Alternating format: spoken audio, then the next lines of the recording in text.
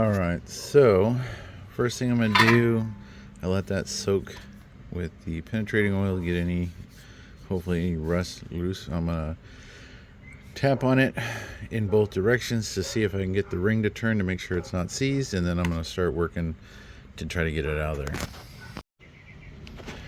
Alright, so my big snap ring pliers are too big to fit when those are completely seated in the groove, so I pushed them out a little bit and was able to wedge a screwdriver on each side. So now I should be able to reach in there with my big ones and get a hold of that. Hopefully I don't send the screwdrivers flying. Okay, well that worked really well.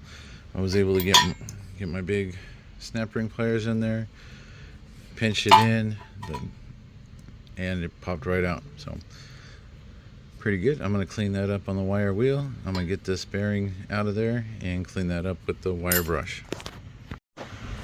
Alright, so first thing I'm going to do is get the tool set up inside the hub.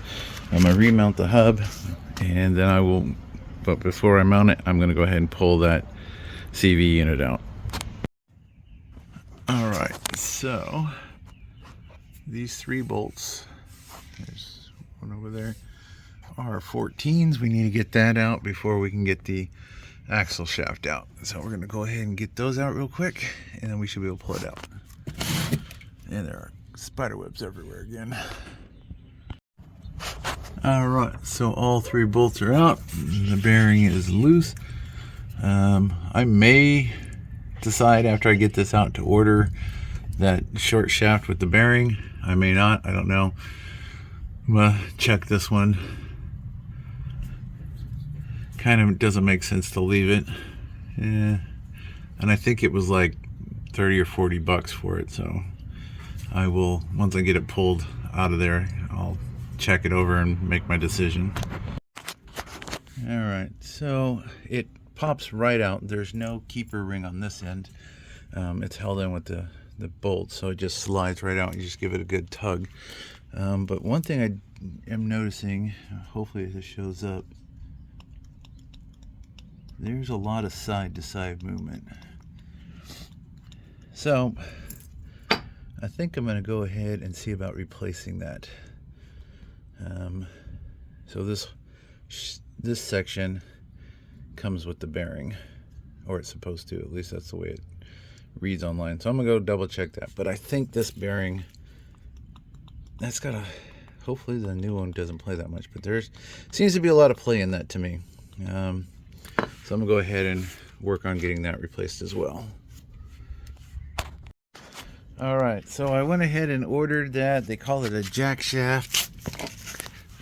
So basically from the end here to here, including this barrier carrying, the cheapest I was able to find it was like 50 bucks, but then, well actually it was like 58 bucks, but then with shipping it was over 100 bucks. Amazon had them with free shipping for $83, so you got to price them around.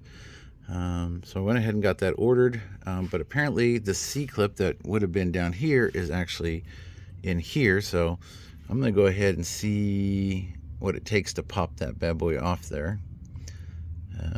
Probably would have been easier to do with that in the car still, but maybe I can get a pry bar in here and give it a little nudge and see if it comes out.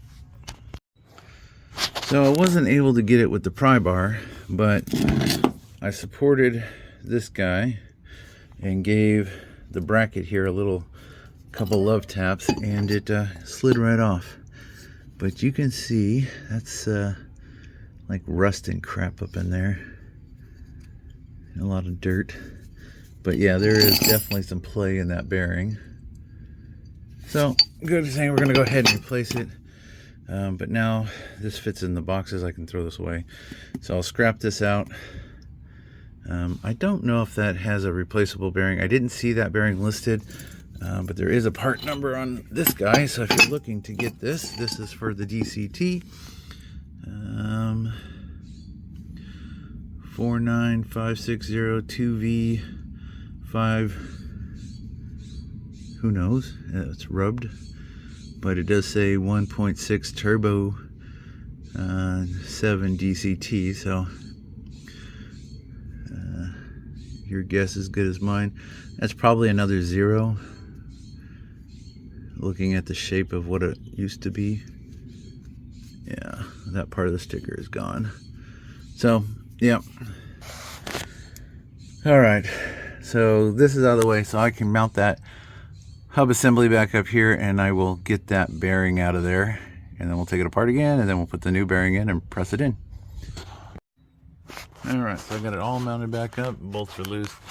I put the part that I'm turning facing me before I had it on the other cup side, just because it worked out better, but there's not enough room for it to be back there, so the holding bolt will be on the back side, and the part I'm turning is going to be on this side, and it should suck it through. Now, we'll see. I did lubricate this, so we'll see. Okay, yep, it's going to get tight. I'm going to need both hands to do that. Alright, so I sprayed some more lubricant around the nut, around this, and there was a slight pop, and now it seems to be turning fairly efficiently. I can do it with one hand.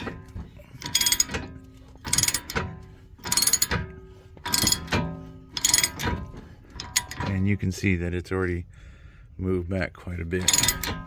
Alright, let me get this finished up, and I'll be back once it's out. Alright, so it should be almost out. Oh yeah, I got soft all over. Okay, it came out. So, came out pretty quick. This one was a lot easier using the car. Instead of trying to support this with the breaker bar and turn this, the car really did help. So, and if your axle shaft's out of the way, you should have plenty of room to do it. If your axle shaft's in the way, you may need to disconnect your sway bar link to push the end of the axle shaft or CV unit out of the way. But, alright, so we're going to get this back off, clean it all up, get all the rust and debris out of the inside of it, and then we'll get the new bearing ready. Alright, so we're going to get all this rust and crud out of the groove, clean this up a little bit. Oops, maybe help if I pointed at it. So yeah, we're going to get the groove cleaned up, get all the extra rust and dirt out of here so we don't get any of that drug in there. We have our new bearing. It's a different box, but the exact same part number. So don't ask me, I ordered 2 and they sent me 2 different boxes, so I don't know if it really matters. But yeah, we're just going to use our trusty dusty drill with the wire brush, and we're going to clean that all up real quick. Alright, so I went around it with the wire brush. You can see I cleaned it out. I took some towels and cleaned all the crud up out of there, so that was a little dirty. Alright, so now what we're going to do is get the bearing started just like I did last time. So bearing goes in from the CV side. I'm going to put the tool together like I did yesterday, start pulling it in, and then we'll get it all situated and ready to go. Alright, so bearings in there lined up, cups on. We're going to put our breaker bar back here so we can hold it, and then we'll go ahead and start cranking this down, pulling it back in. Within the first couple of turns, if it doesn't, you don't feel like a sudden pop kind of release, you're probably not straight, because once it does, it kind of starts going in fairly smoothly.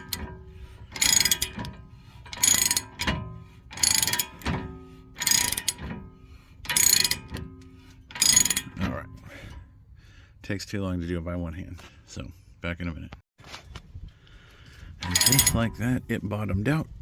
I can't move it at all, so I'm going to give it one more little hard pull, and I'm going to go ahead and take this off and make sure I can see the keeper ring groove, C-clip groove, whatever you want to call it. And if it is, then I'll go ahead and pull the whole assembly apart, set it on the ground, and put the ring back in. Alright, well, there is no gap here in the front. That's perfectly flush. And let's see if we can we see what we're looking for? There it is. You can see that the step is there, and we can see the complete groove for the ring. So we're going to go ahead and pull this hub off and put the snap ring in. Alright, so I've got the snap ring in just above the groove. I am going to use my big snap ring pliers and see if I can compress that down enough to put it back in. Alright, so I was able to compress it enough to put the backside in, and now I should just be able to work this in, lightly tapping with the hammer so I don't slip off and mar the race like I did the other one. Alright, didn't slip off this time, everything went in good. It is in there solid. So I can go ahead and remount it. We're going to go ahead and leave, we're going to put the bolt on here, but we're going to leave that loose. I'm just going to remount it so it's up out of the way because I am waiting for part of that CV unit to come in. Because without it, I can't put the hub back in. I can put the hub in on the other side, but that's kind of where we're going to end up having to hold off on this section. I've got a few more parts coming, so we will see. Maybe I'll start on that other hub, or I'll do this bolt here. I do have to run to the store. The wife needs to pick up her meds. And just like that, all of like 25 seconds later, I got the two bolts in the strut, the tie rod, and the lower ball joint just sort of sitting. So that's all nice and tight. Well, not tight, but sitting there. So it's all up and out of the way. I can clean up my tools and put the press back in its box.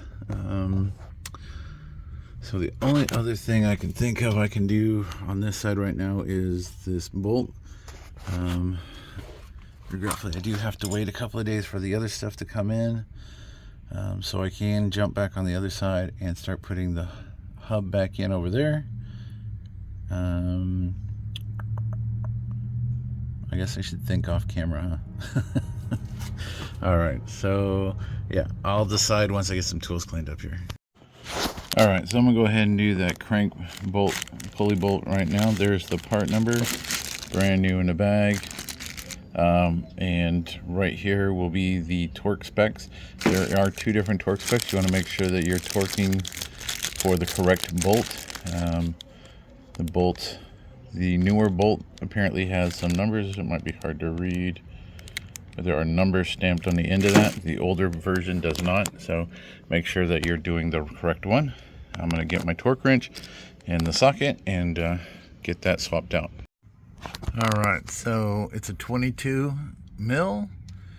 I tie off my pulley. I just wrap a ratchet strap cable through and tie it so that it gives me enough tension. It is only about 36 pounds for this particular nut, so it doesn't take much to break it free. I have already broke it free, as you can see. So I'm going to go ahead and hand spin it out, and then I'll put the new one in. And if you do it gently enough, you should not need to take the belt off. Just don't bump anything. Yep, that's the old one. That's the new one.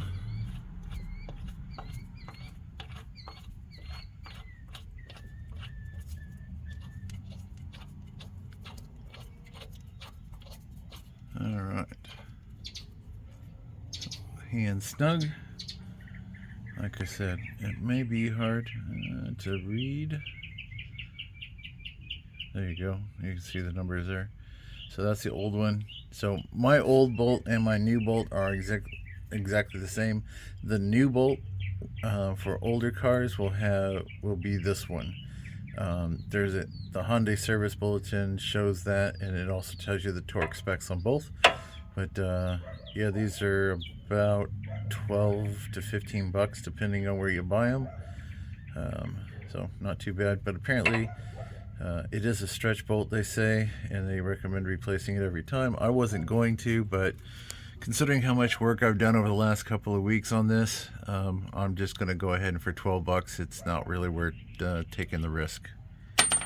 All right, so now I just have to go ahead and tighten it down for the specs. It says hand tighten 36.2 at 40 degrees, so I'm going to go ahead and hand tighten it down to 36 pounds, and then do 40 degrees by taking the strap off, and that should set it. All right, so I have torqued it to 36. I'm going to go ahead and pull the strap and then do a 40-degree rotation, and hopefully that sets it. And now I'm going to go over and put the axle hub back into the other side, because that side is complete, and we'll get one more thing done. All right, this is the hub part number.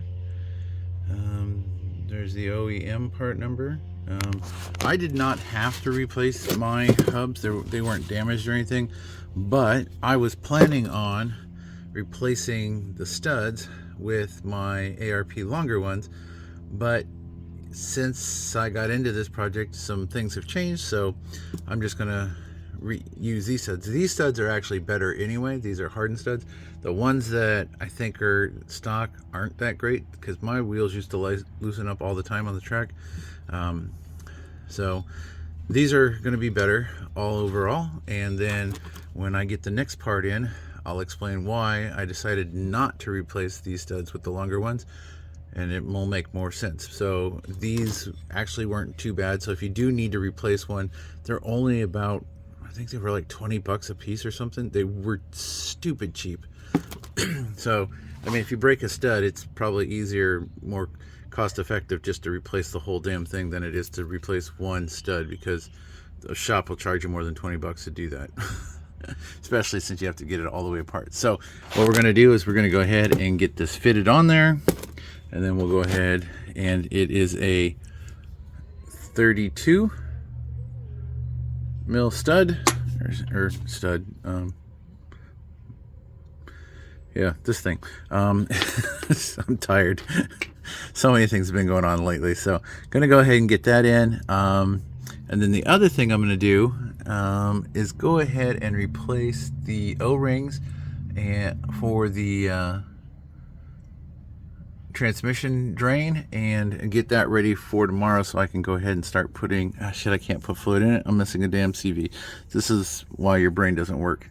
This is your brain on drugs. So I will at least do the bottom drain one, so I don't have to worry about it later, and then the filler one is right over there. I'm going to put it to the side so I don't misplace it in the next couple of days while I'm waiting for that other part of the CV to come in. But we're going to go ahead and get this on right now.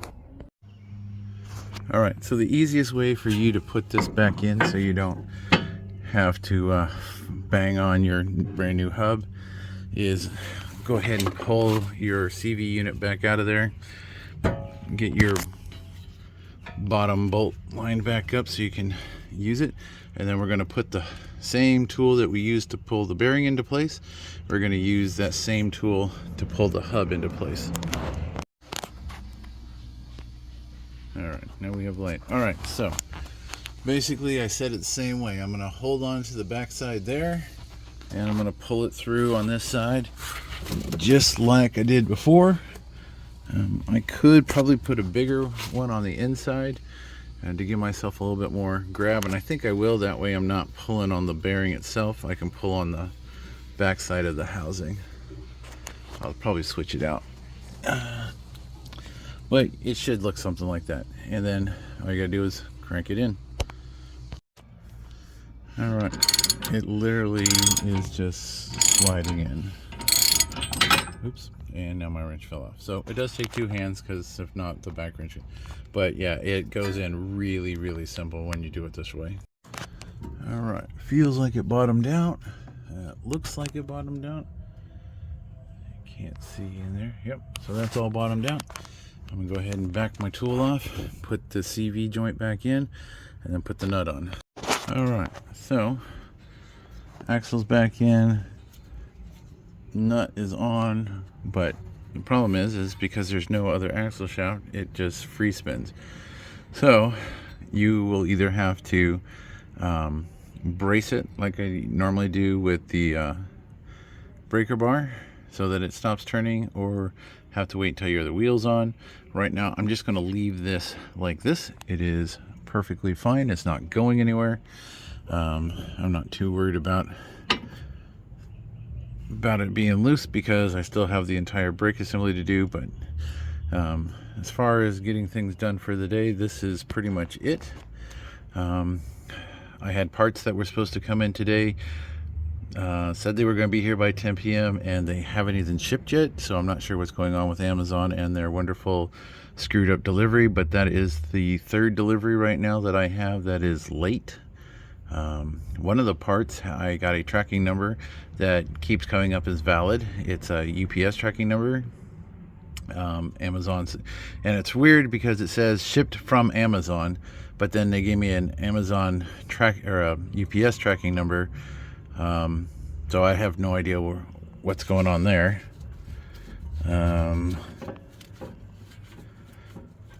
So yeah, so I have some parts that are coming in, so if they don't come in quickly, then I do have some work on the Porsche I need to get done. I found a leak here under the driver's front headlight. That's where one of the radiators on that car happens to be, so I'm hoping it's just a hose because it hasn't been leaking until just recently. So fingers crossed, but I do have to take the tire off, take the entire fender liner out to see what's going on that. So I might have a little bit of time while I'm waiting for a few more parts to come in. But thanks for watching. Have a great day.